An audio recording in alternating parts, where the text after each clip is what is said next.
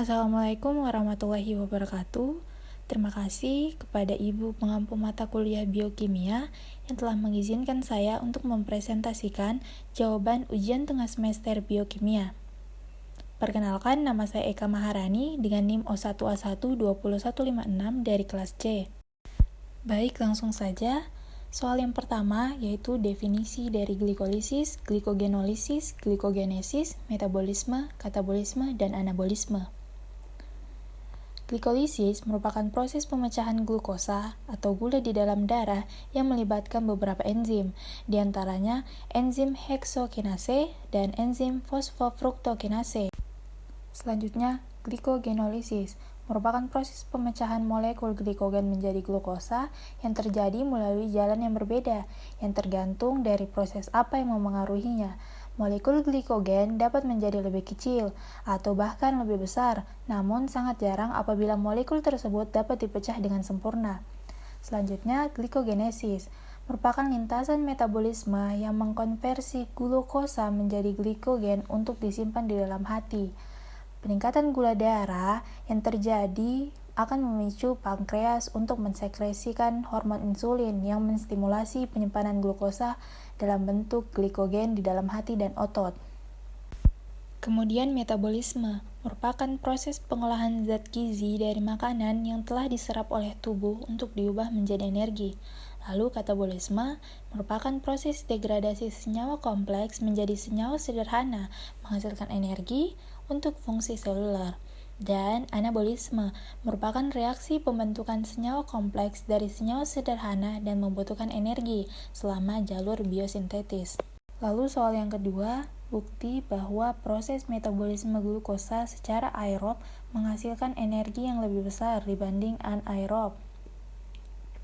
Hasil dari reaksi aerob adalah energi dengan jumlah yang besar berupa ATP. Respirasi aerob digambarkan dengan reaksi pemecahan 1 molekul glukosa dan 6 molekul oksigen menjadi 6 molekul karbon dioksida, 6 molekul air, dan 38 ATP melalui 4 tahapan, menghasilkan energi dalam jumlah besar yaitu 38 ATP untuk setiap 1 molekul glukosa. Keempat tahapan dalam respirasi aerob tersebut meliputi glikolisis, dekarboksilasi oksidatif, daur atau siklus Krebs, dan transport elektron. Sedangkan pada respirasi anaerob, ini mana respirasi yang tidak memerlukan oksigen pada prosesnya. Tempat terjadinya respirasi anaerob berada pada sitoplasma. Tujuan dari respirasi anaerob adalah mengurai senyawa organik. Pada prosesnya, respirasi anaerob terdiri atas 2 tahap, yaitu glikolisis dan fermentasi. Hasil akhir berupa energi, tapi dalam jumlah yang sedikit, yaitu 2 ATP untuk setiap 1 molekul glukosa. Adanya tahapan glikolisis membuat kesamaan antara respirasi anaerob dengan aerob, yaitu sama-sama mengalami proses glikolisis. Pada fermentasi, proses yang terjadi adalah produksi energi dalam sel dalam keadaan anaerobik atau tidak ada oksigen. Selanjutnya, hubungan metabolisme karbohidrat dan lipid. Pada bagan terlihat karbohidrat maupun lemak bertemu pada jalur Krebs dengan masukan asetil koenzim A. Perlu kita ketahui bahwa CoA sebagai bahan baku dalam siklus Krebs untuk menghasilkan energi yang berasal dari karbohidrat maupun lemak. Titik temu dari berbagai jalur metabolisme ini berguna untuk saling menggantikan bahan bakar di dalam sel. Hasil katabolisme karbohidrat maupun lemak juga bermanfaat untuk menghasilkan senyawa-senyawa lain, yaitu dapat membentuk ATP, hormon, komponen hemoglobin, ataupun komponen sel lainnya. Selanjutnya soal nomor 4, energi yang dihasilkan dari metabolisme lemak lebih tinggi dibandingkan energi yang diperoleh dari metabolisme karbohidrat. Lemak dan karbohidrat adalah 2 dari 3 makronutrien yang dibutuhkan oleh manusia bersama dengan protein. Lemak memiliki kandungan energi lebih besar dari karbohidrat. Hal ini berasal dari perbedaan struktur dan unsur penyusun molekul lemak dan karbohidrat yang berakibat pada perbedaan jumlah oksidasi yang terjadi ketika lemak dan karbohidrat dicerna dan diubah menjadi karbon dioksida dan uap air. Lemak membutuhkan lebih banyak oksidasi saat dicerna daripada karbohidrat karena bentuk struktur dan unsur penyusunnya. Umumnya, pada karbohidrat sudah ada satu atom oksigen dan satu atom hidrogen untuk setiap atom karbon. Sehingga saat proses oksidasi, setiap atom karbon hanya membutuhkan satu oksigen lagi dan setiap atom hidrogen juga membutuhkan satu oksigen lagi. Namun, pada lemak, hampir setiap atom karbon hanya memiliki satu atom hidrogen saja. Sehingga, dalam proses oksidasi molekul lemak membutuhkan dua oksigen untuk setiap atom karbon, dan atom hidrogen masih membutuhkan satu oksigen lagi. Dengan menghitung jumlah oksigen yang perlu ditambahkan dalam oksidasi, terlihat lemak membutuhkan oksigen sekitar 50% lebih banyak untuk jumlah atom karbon yang sama bila dibandingkan dengan karbohidrat. Karena jumlah oksigen yang dibutuhkan lebih banyak ini, oksidasi lemak memakan waktu lebih lama, tapi juga memberi lebih banyak energi. Ini karena pada setiap proses oksidasi terjadi pelepasan energi, sehingga semakin banyak oksidasi, semakin banyak pula energi yang dihasilkan. Umumnya, lemak menghasilkan energi sekitar 9 kilokalori per gram dan karbohidrat memberikan sekitar 4 kilokalori per gram. Kemudian, soal nomor 5, penyakit terkait gangguan metabolisme karbohidrat. Di sini saya mengambil contoh penyakit diabetes mellitus. Diabetes mellitus merupakan gejala yang timbul dikarenakan ada peningkatan gula darah akibat dari kekurangan insulin, baik absolut maupun relatif, dan seorang penderita diabetes akan mengalami defisiensi atau retensi insulin kronik, terganggunya metabolisme karbohidrat, protein, dan lemak yang menyebabkan hiperglikemia, yaitu meningkatnya gula darah. Diabetes mellitus dapat diklasifikasikan menjadi beberapa jenis, yaitu diabetes mellitus tipe 1, diabetes mellitus tipe 2, diabetes mellitus gestasional, dan diabetes mellitus tipe lain. Gejala-gejala diabetes mellitus antara lain penurunan berat badan drastis, banyak makan, banyak minum, sering kencing, pandangan kabur, dan kesemutan.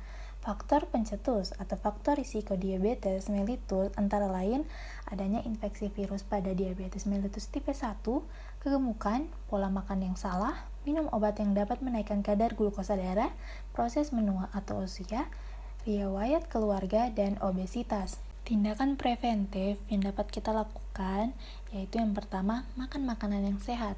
Menjalani pola makan sehat adalah salah satu kunci utama untuk terhindar dari diabetes. Untuk mengurangi risiko terkena diabetes, batasi asupan gula harian sebesar 40 gram atau setara dengan 9 sendok teh gula.